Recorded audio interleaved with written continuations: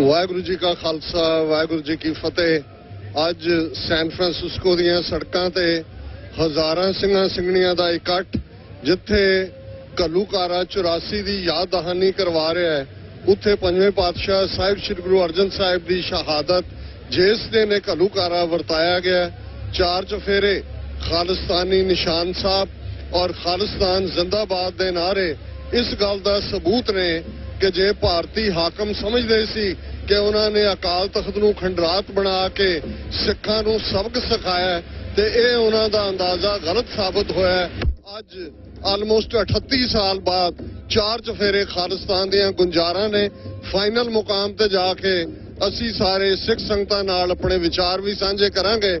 Doctor ਇਕਤਾਰ ਕਰਾਮਤ Cheema England ਤੋਂ ਖਾਸ ਤੌਰ ਤੇ ਆਏ ਨੇ, ਸਰਦਾਰ ਅਜਮੇਰ ਸਿੰਘ ਸਿੱਖ ਹਿਸਟੋਰੀਅਨ ਨੇ, ਔਰ ਅਸੀਂ ਸਤਿਗੁਰੂ ਰਹਿਮਤ ਕਰਨ ਇਹ ਖਾਲਿਸਤਾਨ ਦਾ ਸਾਡਾ ਮਾਰਕ ਜਿਹੜਾ ਬੇਸ਼ੱਕ ਕਠਨ ਹੈ, ਸਾਡੇ ਬੜੇ ਹੀ ਕਪਟੀ ਦੁਸ਼ਮਣ ਦੇ ਨਾਲ ਵਾਹ ਹੈ, ਪਰ ਅਲਟੀਮੇਟਲੀ ਅਸੀਂ ਜਿੱਤਾਂਗੇ। ਦਰਿਆਏ ਜਮਨਾ ਤੋਂ ਵਾਘਾ ਤੱਕ ਇੰਡੀਪੈਂਡੈਂਟ ਸੋਵਰਨ ਨੇਸ਼ਨ ਖਾਲਿਸਤਾਨ ਹੋਂਦ ਵਿੱਚ ਆਏਗਾ।